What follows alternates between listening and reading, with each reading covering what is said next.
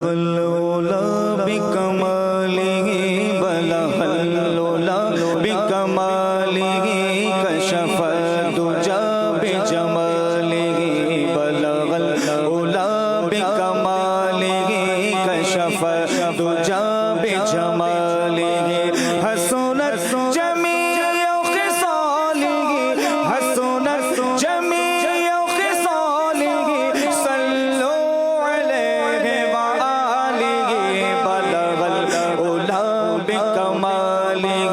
کشف الدجی بجمالہ بلغ العلا بکمالہ کشف الدجی بجمالہ جسے چاہا در پہ بلا لیا جسے چاہا اپنا بنا لیا جسے چاہا در پہ بلا لیا جسے چاہا اپنا بنا لیا جسے چاہا در پہ بلا لیا جسے چاہا اپنا بنا لیا یہ بڑے کرم کے فیصلے یہ بڑے کرم کے فیصلے یہ بڑے نصیب کی بات ہے بلغ العلا بکمالہ کشف الدجی بجمالہ بلغ العلا بکمالہ کشف الدجی بجمالہ حسنت جمیع خصالہ صلو علیہ وآلہ بلغ العلا بکمالہ کشف الدجی بجمالہ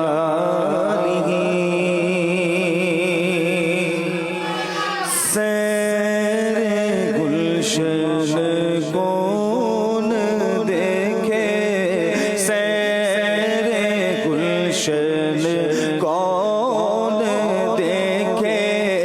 دشت طیبہ چھوڑ کر سیر گلشن کون دیکھے دشت طیبہ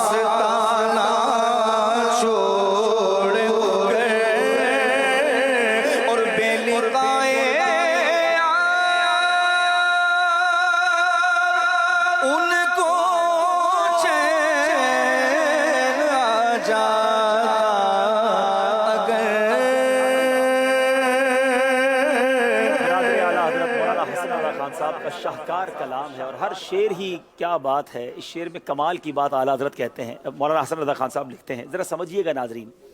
جبریل امین کا جو مقام تھا، جبریل امین کہاں سے آتے تھے، ان کا گھر کہاں ہے، ان کا ٹھکانہ کیا ہے؟ وہ سدرۃ المنتہا پہ رہتے ہیں، ساتوں آسمان سے بھی اوپر وہ جگہ ہے۔ نبی پاک کی بارگاہ میں حاضر ہوئے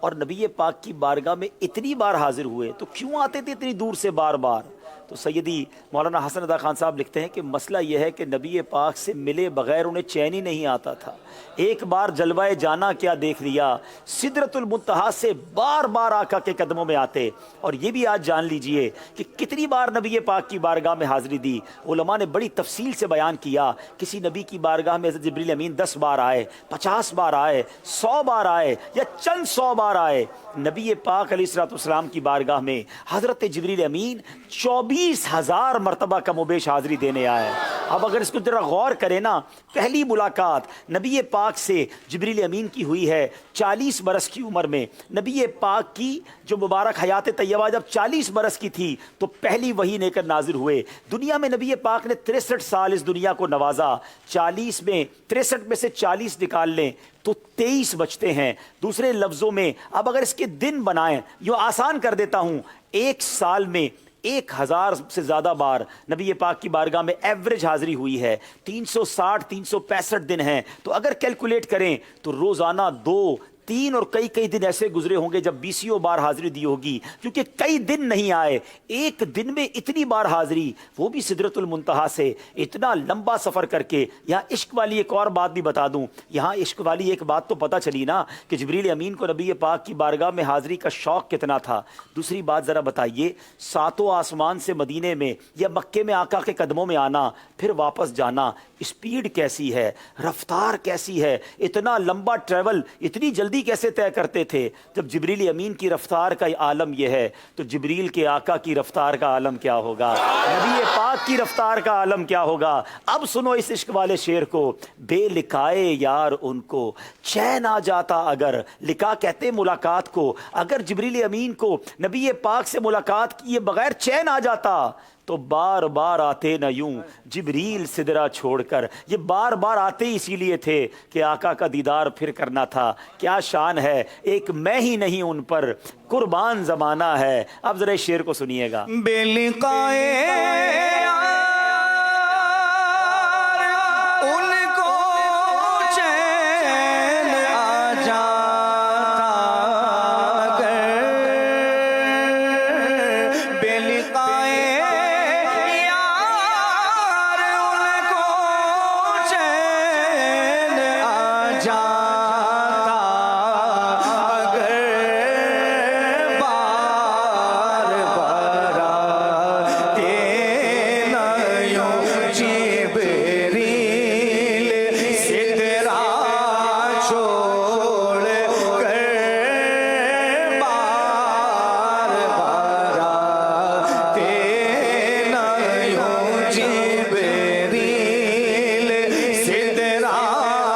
چھوڑ کر، سوئے جنت کون جائے در تمہارا چھوڑ کر، اور مر ہی جاؤں میں اگر اس در سے جاؤں دو قدم، مر ہی جاؤں میں اگر اس در سے جاؤں دو قدم، کیا بچے بیمار غم قرب مسیحا چھوڑ کر، کیا بچے بیمار غم قرب مسیحا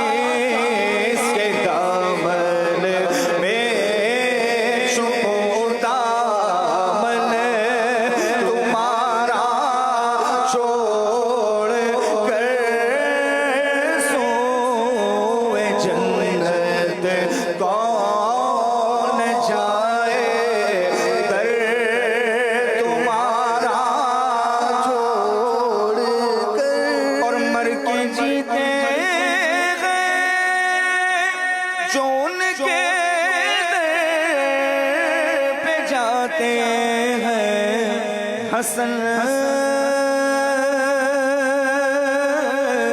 مر کے جیتے گئے جو ان کے در پہ جاتے ہیں حسن جی کے مرتے ہیں جو آتے ہیں مدینہ چھوڑ کر جی کے مرتے ہیں جو آتے ہیں مدینہ چھوڑ کر سوئے جنت کون جائے در تمہارا چھوڑ کر آقا سیر گلشن کون دیکھے دشت طیبہ چھوڑ کر سوئے جنت کون جائے در تمہارا